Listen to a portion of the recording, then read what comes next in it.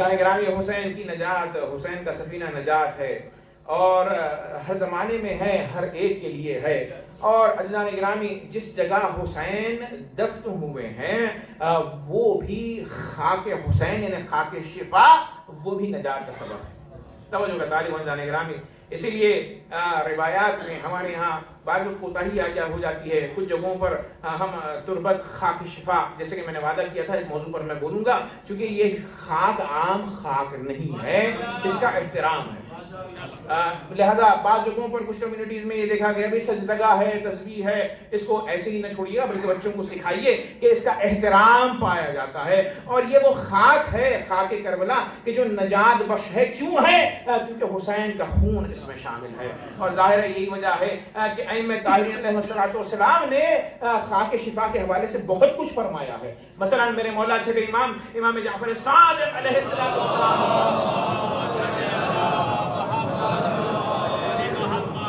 فرماتے ہیں فی تین قبر الحسین شفا، کہ قبر حسین کی مٹی میں شفا پائی جاتی ہے. من کل داء، ہر بیماری کے لیے. وہو الدواء الاکبر، اور خاک شفا کیسی دوا ہے؟ دوائے اکبر ہے. یعنی اگر مارکیٹ میں بازار میں مختلف دوائیاں پائی جاتی ہوں تو جو اعتقاد رکھتا ہے مولا نے اس کے لیے کہا اگر اصل خاک شفا تک تمہاری دستیابی ہو جائے تو اس کا مطلب یہ ہے کہ یہ دواؤں میں بہترین دوا ہے کہ جس سے انسان کو استفادہ کرنا چاہیے. اور میرے مولا امام رضا علیہ السلام ایک حدیث میں فرماتے ہیں خاک شفا نجات کا وسیلہ ہے امراض سے، بیماریوں سے. تو میرے مولا نے فرمایا کل تین حرام، ہر مٹی دنیا کی کہاں کی بھی مٹی ہو آپ پر اس کا کھانا حرام ہے. خانہ کعبہ بھی چلے جائیں آپ تو آپ کے لیے یہ جائز نہیں ہے کہ مکے کی مٹی کو اٹھا کر آپ کھائیں. تو فرمایا میرے مولا نے، اسی لیے سمجھ میں آتا کل تین حرام، ہر مٹی کا کھانا حرام ہے. کل میتۃ والدم، اور مٹیوں کی مثال کیسی ہے؟ جیسے خون کا کھانا حرام ہے. کل میتۃ، یا مردار کا کھانا حرام ہے، جو جانور بغیر ذبیحے کے خود سے مر جائے.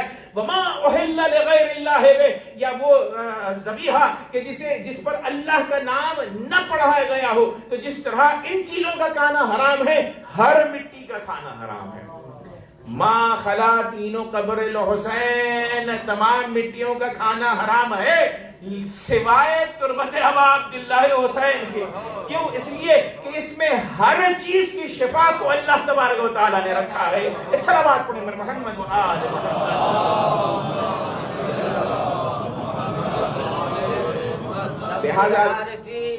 شمس العارفین سراج السالکین محب الفقراء والمساکین نار حیدری. صلوات پڑھیں محمد و آل محمد.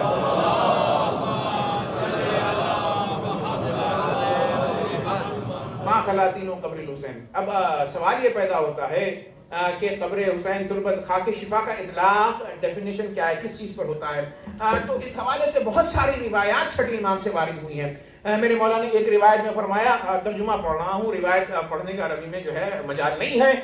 تو میرے مولا نے فرمایا قبر حسین سے ایک روایت میں ملتا ہے چاروں طرف 20 ذراع کہتے ہیں اس چیز کو، یعنی ہاتھ کے اس مسافت کو کہتے ہیں ذراع. تو کہا قبر حسین سے 20 ذراع تک جو مٹی ہے وہ خاک شفا ہے. دوسری روایت میں میرے مولا نے فرمایا 25 ذراع. پھر اس کے بعد یہاں تک کے بات پہنچی ایک روایت میں 70 ذراع.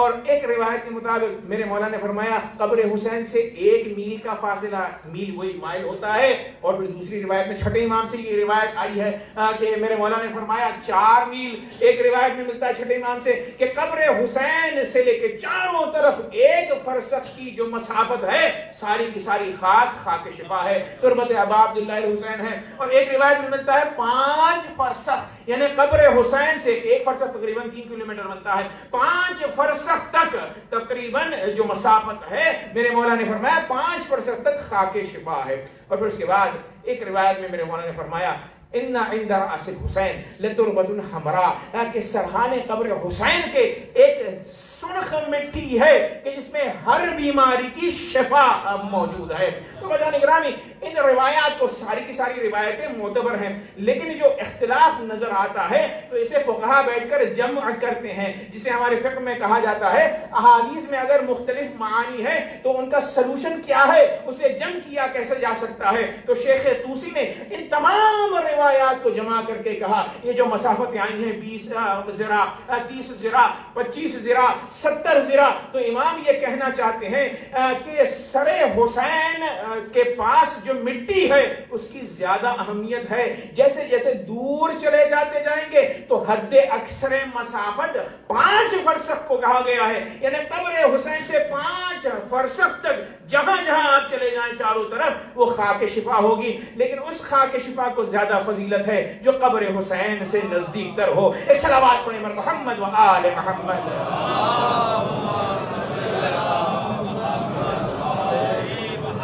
میں نے کہا نا کہ یہ خاک شفا ہے اور خاک نجات بھی ہے۔ خاک نجات کا لفظ استعمال کیوں کیا؟ آئیے ایک معجزہ عرض کرنا چاہتا ہوں کہ ایک اصفہانی بادشاہ کے دور میں ایران میں ایک شخص آیا، سفیر روم نے بھیجا، روم سے آیا، وہ عیسائی تھا، اور آنے کے بعد وہ مسلمانوں کے بادشاہ سے یہ کہتا ہے کہ تم اپنے علماء جمع کرو تاکہ وہ ثابت کریں حقانیت محمد مصطفیٰ صلی اللہ علیہ وآلہ وسلم۔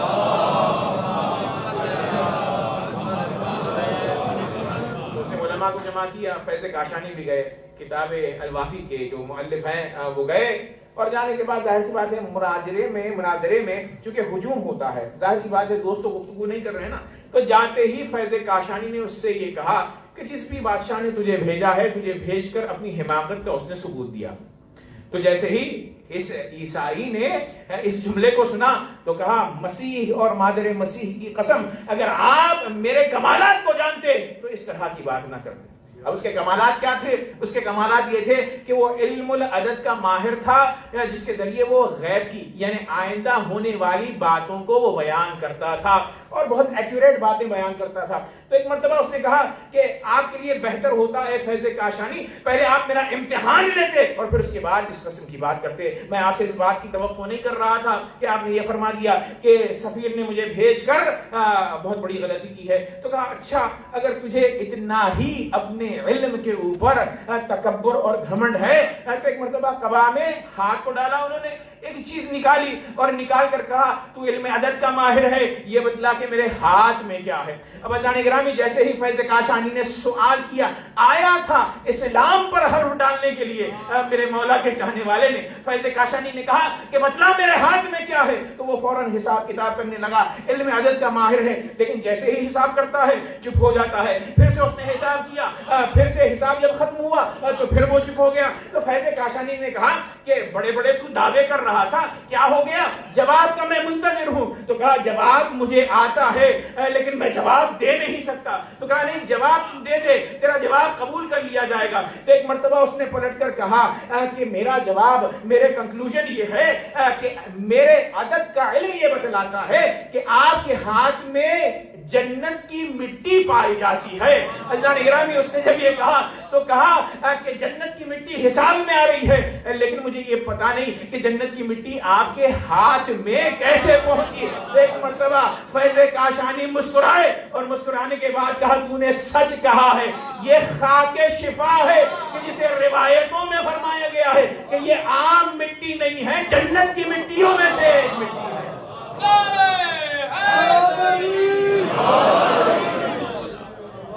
صلوات پڑھیں محمد و آل محمد۔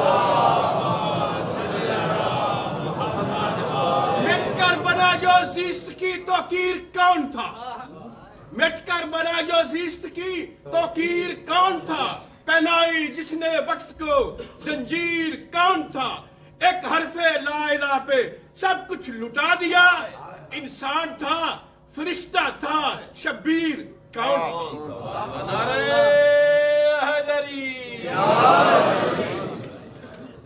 روضہ حسین کو کہا گیا ہے نا روضۃ من ریاض الجنہ، جنت کے باغوں میں سے قبر حسین ایک باغ ہے. تو اس کے حساب العدد میں یہ بات صحیح نکلی کہ ہاتھ میں جو مٹی ہے یہ عام مٹی نہیں ہے بلکہ جنت کی ہے. تو فیض کاشانی نے کہا یہ جنت وہی جنت روضہ ابا عبداللہ الحسین علیہ الصلوۃ والسلام ہے جسے ہم روضۃ من ریاض الجنہ کہتے ہیں. جیسے ہی اس نے اس جملے کو سنا آیا تھا اعتراض کرنے مسلمانوں کے اوپر. اس نے کہا اشہد ان لا الہ الا اللہ اشہد ان محمد رسول اللہ اشہد ان علی ولی اللہ. تو جان گرامی نتیجہ یہ ہے کہ ابا عبداللہ الحسین خود بھی سفینہ نجات ہے, نجات کا وسیلہ ہے, اور خاک شفا بھی ایک غیر مسلم کو مسلمان بنا کر نجات عطا کرتی ہے. ایک صلوات پڑھیں بر محمد و آل محمد.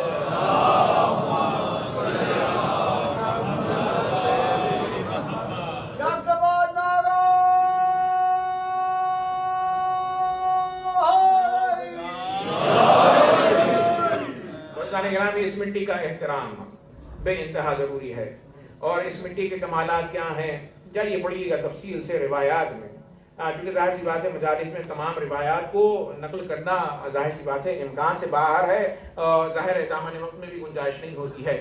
لیکن سرسری طور پر میں عرض کرنا چاہتا ہوں کہ ائمہ طاہرین علیہ الصلوۃ والسلام. اچھا یہ بھی بات ہو جائے کہ یہ سلسلہ کہاں سے شروع ہوا ہے. لوگ ہم سے پوچھتے ہیں کہ یہ جو ہم تسبیح تربت حسین سے بناتے ہیں یہ کہاں سے شروع ہوئی. تو ظاہر سی بات ہے جیسے جناب حمزہ جن کا لقب سید الشہداء تھا, جب آپ کی شہادت ہوئی تو یہ عمل فاطمہ الزہرا سلام اللہ علیہا ہے کہ بی بی گئی اور قبر جناب حمزہ سے جو مٹی آپ نے لی تو اس سے تسبیح کو بنایا. تو پہلے تسبیح ہوتی تھی تربت قبر حمزہ سید الشہداء سے. اور اجان گرامی اس سے پہلے جناب فاطمہ الزہرا جب تسبیح فاطمہ پڑھتی تھی جو کہ خود آپ بی بی سے منسوب ہے, تو وہ ظاہر سی بات ہے گرہ باندھتی تھی دھاگے کے اوپر اور تسبیح پڑھا کرتی تھی. لیکن جیسے ہی جناب حمزہ کی شہادت واقع ہوئی تو اس کے بعد تربت حمزہ سے قبر حمزہ سے آپ نے یہ کام انجام دیا. اور جیسے ہی حسین کی شہادت واقع ہوئی تو ظاہر سی بات ہے اس کے بعد یہ لقب جناب سید الشہداء کا لقب امام حسین علیہ الصلوۃ والسلام سے مختص ہوا.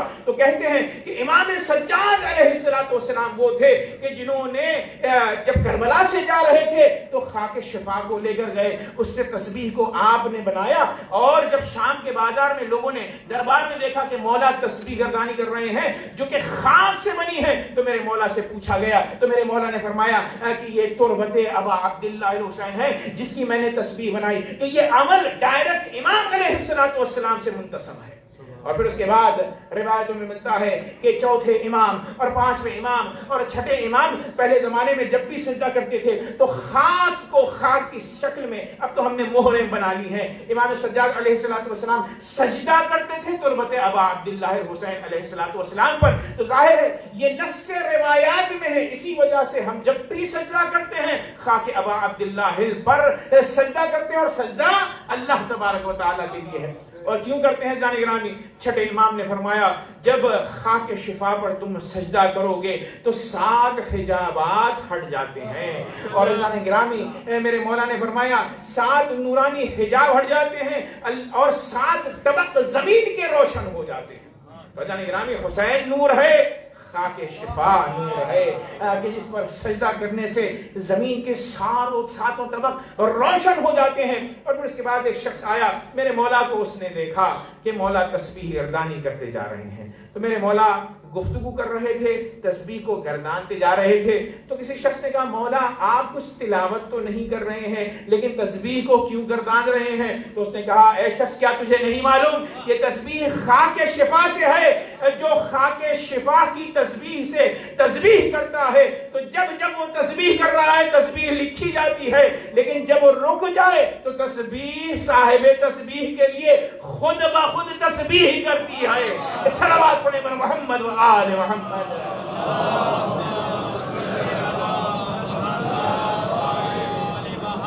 یہ تسبیح خود سے تسبیح کرتی ہے. اور اسے مفاتیح الجنان میں شیخ عباس قمی نے بھی لکھا ہے, جب آپ ایک مرتبہ سبحان اللہ والحمد للہ ولا الہ الا اللہ واللہ اکبر تسبیح خاک شفا پر ایک مرتبہ کہیں تو اللہ تعالیٰ 6000 حسنات لکھتا ہے اور 6000 گناہوں کو محو کرتا ہے.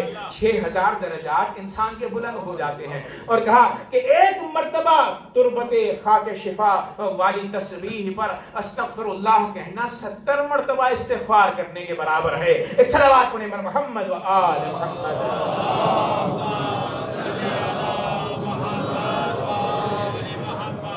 اور عزیزو یہ خاک وہ خاک ہے، یہ تربت وہ تربت ہے، عظیم تربت کہ جسے جبرائیل امین لے کر آئے تھے اور رسول اللہ کے حوالے کیا.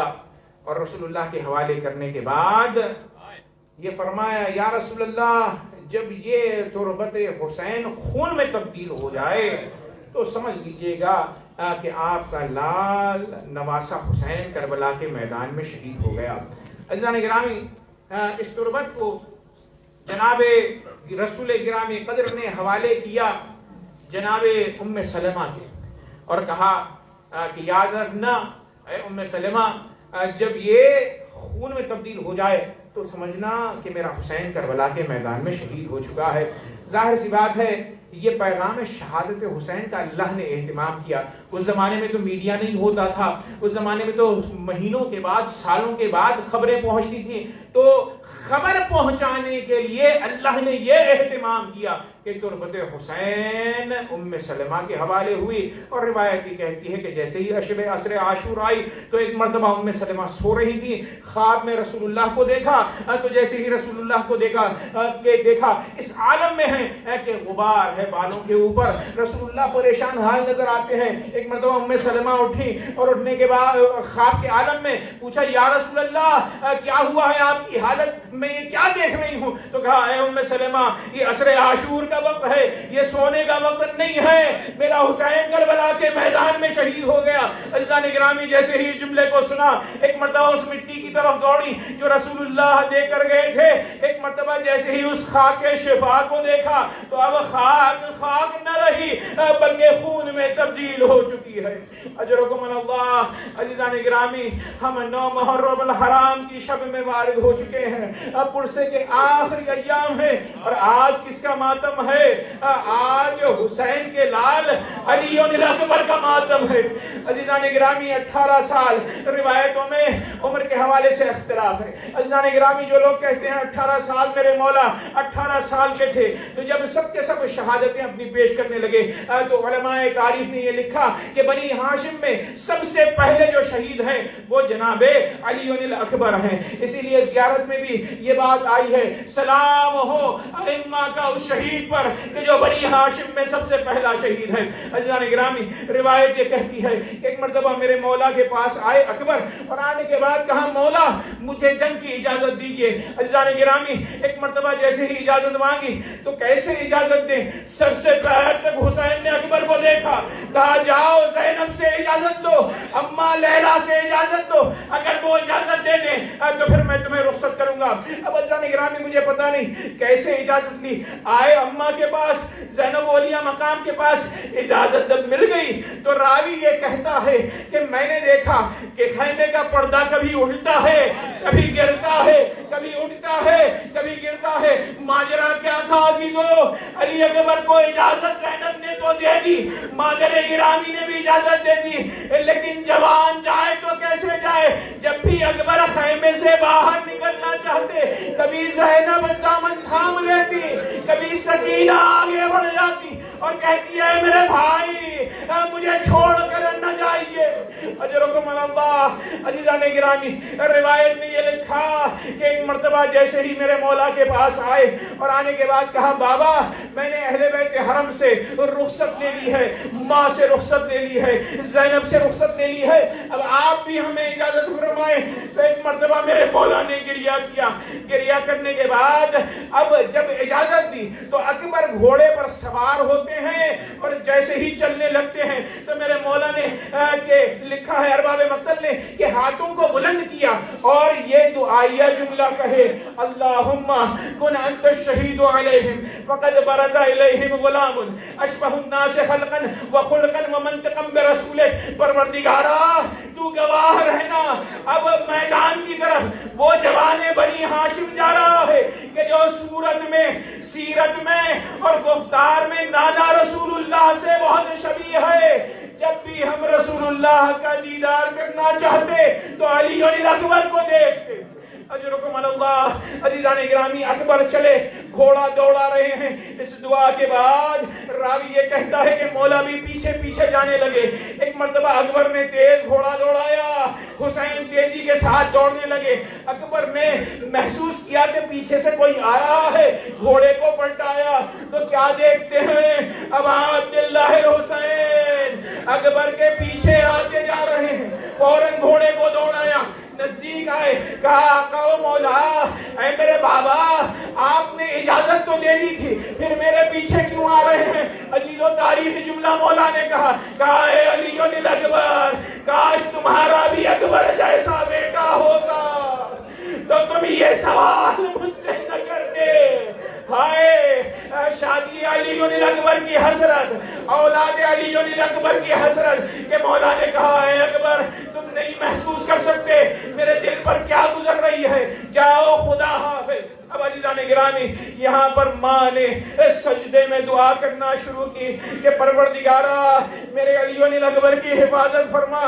عزیزو، حیدر کرار کے پوتے ہیں، جیسے ہی اکبر نے صفوف کو چیرنا شروع کیا، جنگ کرتے گئے۔ روایت یہ کہتی ہے کہ 120 ظالموں کو واصل جہنم کیا، لیکن عزیزو ماں کی دعا تھی، فوراً خیمے کی طرف آئے۔ اب عزیزان گرامی، مقتل میں قیامت ہو گئی۔ ایک مرتبہ آنے کے بعد بابا سے ایک مرتبہ فرمایا العطش قتلنی والثقل الحدید اجهدنی، اے بابا مجھے پیاس مارے ڈال رہی ہے اور یہ جو میں نے زرہ پہنی ہے، یہ جو خود پہنا ہے، یہ گرمی کی تمش سے مجھے اذیت پہنچاتا ہے۔ ہائے مظلومیت حسین۔ عزیزو، جو بھی بچہ والدین سے کچھ مانگے تو والدین کی پوری کوشش یہ ہوتی ہے کہ فوراً اس چیز کو اولاد کے لیے میسر کریں، آمادہ کریں۔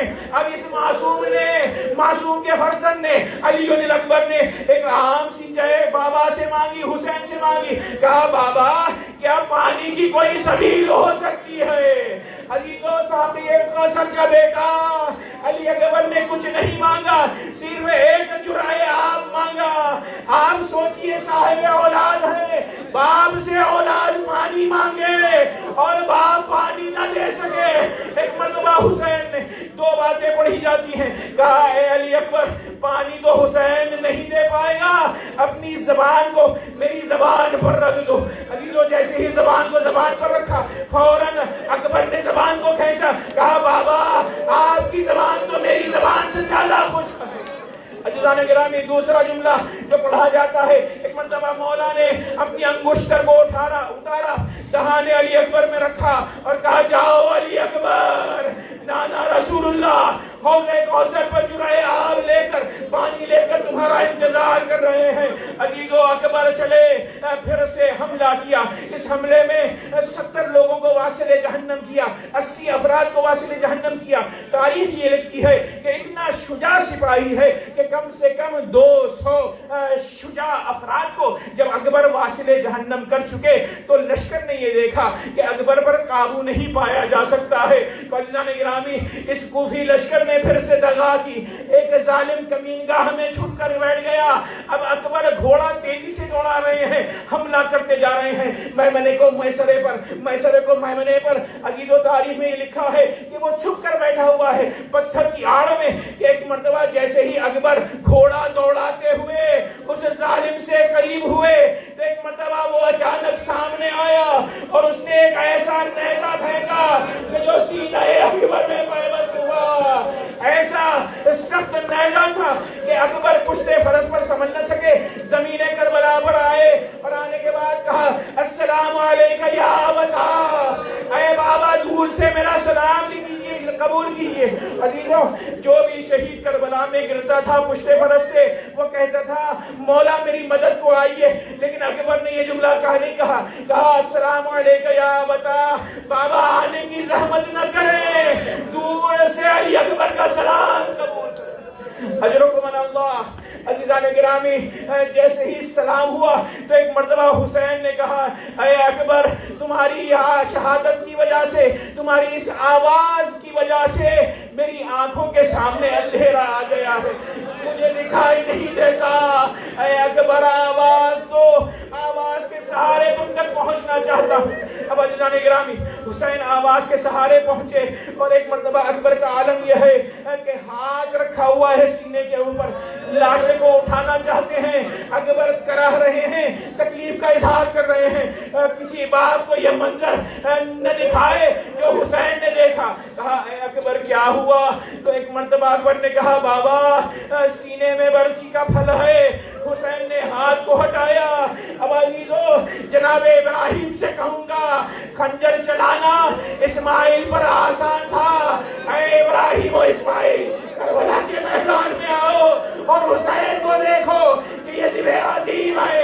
ایک مرتبہ مجھے نہیں پتا، حسین نے ہمت جٹائی، ہاتھ دو زانو ہو کر بیٹھے، سینہ علی اکبر پر ہاتھ رکھا، برچی کے پھل کو پکڑا، یہی کہا ہوگا اے حیدر کرار، خیبر کا در اکھاڑنا آسان ہے، یا علی مدد۔ اب عزیزو، جیسے ہی برچی کے پھل کو نکالا، علی اکبر نے ایک مرتبہ سسکسی لی اور ایک مرتبہ علی اکبر کی روح برباد ہو گئی۔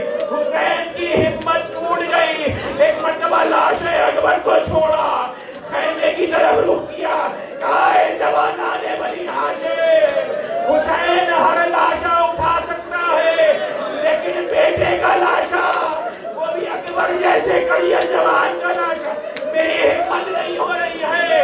اے جوانان بنی ہاشم، آؤ اکبر کو اٹھا کر خیمے کی جانب چلو۔ اب عزیزو، جیسے ہی بنی ہاشم کے جوانوں نے خیمے کی طرف لے جانا شروع کیا لاش اکبر کو، تو عزیزو اونا محمد کی شہادت پر جو بیوی باہر نہ نکلی وہ زینب دوڑے دوڑے آئی، سر بیٹھتے ہوئے